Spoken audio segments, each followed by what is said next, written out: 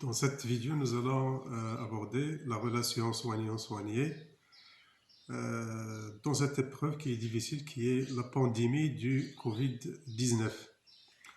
Alors, c'est une pandémie qui a rapidement gagné tout le monde et ça constitue une véritable épreuve aussi bien pour les soignés que pour les soignants et aussi pour tous les systèmes de santé dans le monde.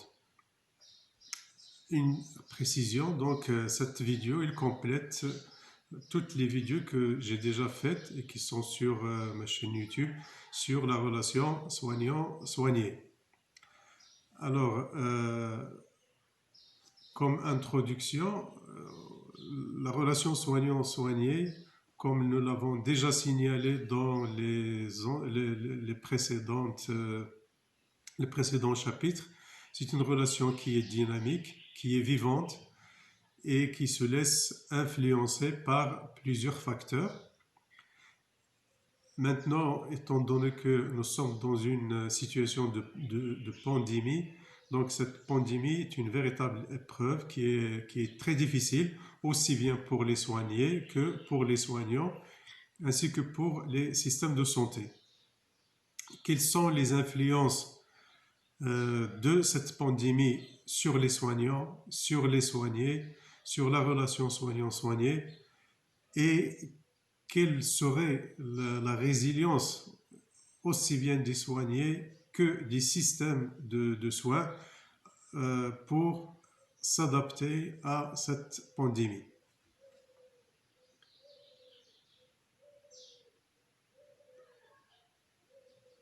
Donc la pandémie, comme son nom l'indique, c'est un événement exceptionnel, c'est un événement qui était imprévu, c'est un événement qui est envahissant, qui a rapidement surpris tout le monde. Et ce qui fait de cette expérience un ensemble de particularités. D'abord, elle est particulière parce que on ne connaissait pas exactement le comportement de cet agent pathogène, quels sont les moyens de la prise en charge des malades, quelle est la solution thérapeutique. Tout ça, c'était un facteur de stress considérable pour les soignants que pour les soignés.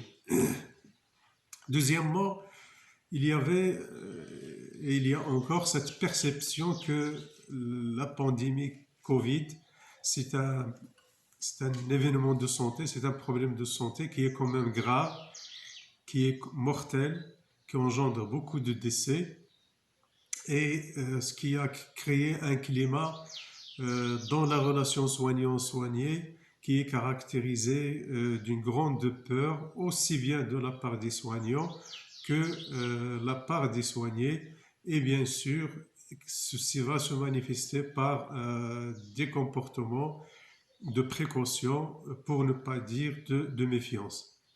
Troisième élément, c'est que cette peur était alimentée, il l'est toujours d'ailleurs, par la non-disponibilité des moyens de protection pour les soignants et bien sûr dans pratiquement tous les pays, ce qui augmente cette émotion de peur chez les soignés. Dans certains pays, disons la majorité des pays, il y a eu, surtout au début, un afflux massif des malades qui a mis les soignants devant un exercice, devant des choix très difficiles, des choix qui sont éthiquement très très discutables parce qu'ils étaient obligés de sélectionner entre guillemets, de sélectionner quel malade ils devraient admettre dans un service de soins intensifs, quel malade devrait bénéficier d'oxygène, quel malade il faudrait laisser mourir. Ça, c'était vraiment une épreuve très difficile pour les soignants dans les pays qui étaient dans cette situation. Et aussi, cette pandémie, elle a déstabilisé l'hiérarchie des besoins chez les soignants. Parce que brusquement, le soignant, il s'est retrouvé aussi lui-même dans une situation où son enjeu vital il est mis en jeu. Sa vie elle est mise en danger ainsi que celle de ses proches. Donc le fait de mettre en avant ce besoin, donc ça engendre aussi beaucoup de stress et beaucoup de peur chez les soignants. Un autre facteur, c'est que la pandémie, là aussi rapidement, heureusement d'ailleurs, il a rapidement dissipé l'image négative qui était, qui tourne autour des soignants pratiquement dans une grande partie des pays du monde et un certain nombre de croyances envers les professionnels de santé. Et rapidement, ces professionnels de santé ils sont devenus des héros nationaux. Il y a même dans des pays où on les applaudissait à un moment donné de la journée. Il y a eu beaucoup de manifestations pour rendre hommage aux professionnels de la santé. Et ce qui a permis aussi aux soignants, avec toutes ces difficultés, ces peurs, ce stress, de mettre en avant leur identité professionnelle. Cette identité professionnelle, elle a été plus ou moins longtemps camouflée usée aussi par la routine, par le stress, par le manque de moyens. Et cette pandémie, elle a mis en avant cette identité professionnelle avec tout le courage qu'il sous-entend, avec toutes les valeurs d'empathie, d'engagement, d'abnégation qu'il sous-entend. Et ceci pour promouvoir et garder le bien-être de leurs patients. La pandémie a aussi déstabilisé et mis à genoux carrément un ensemble de systèmes de santé, même ceux qui se considéraient euh, les meilleurs du monde.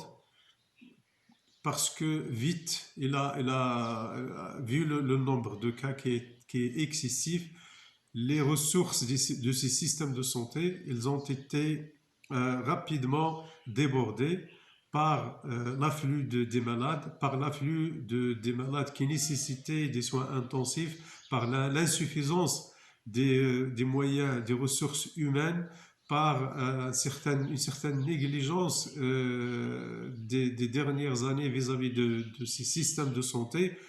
Et seuls les systèmes de santé qui sont bien organisés, qui sont bien structurés, qui se sont bien préparés à la pandémie, ont pu s'en sortir avec le minimum de dégâts. Et ce qui a donné aussi la preuve que on ne peut pas laisser de côté les systèmes de santé, on ne peut pas les négliger parce que à un moment donné, ils vont donner la preuve qu'on ne peut pas imaginer le développement d'un pays sans un système de santé qui est fort. Il n'y a pas de développement économique et social sans un système de santé qui est puissant, qui est stable, qui est organisé, parce que on l'a vu dans plusieurs pays, la pandémie a carrément bloqué toute la vie euh, pendant des semaines.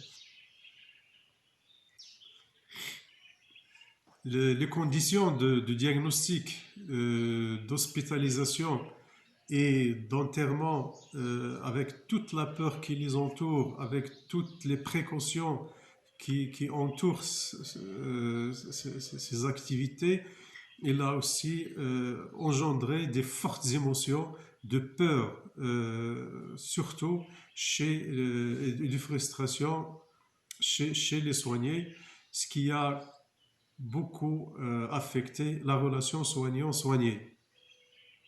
De plus, j'ajoute que l'utilisation de tous ces moyens de protection, les masques, les casques, les lunettes, etc., toutes les barrières physiques, ils constituent aussi une barrière communicationnelle entre les soignants et les soignés. La relation qui, à la base, est une relation empathique, une relation de communication positive, une relation thérapeutique, il devient rapidement une relation aussi de méfiance. Donc, comment rétablir une communication positive, une bonne communication dans ces circonstances, c'est tout l'enjeu de cette pandémie. Pour conclure, je dirais que la pandémie, elle a carrément bouleversé tous les systèmes de santé dans le monde. Il a fortement impacté le vécu de toute la population mondiale et pose une autre question, une grande question, c'est que la pandémie n'est pas encore terminée. Il va certainement durer des mois et des mois peut-être. Et ce qui euh, pose la question de quelle résilience des systèmes de santé, quelle résilience pour les soignants, pour soutenir, pour assurer leur fonction et leur mission le plus longtemps possible. Je vous remercie.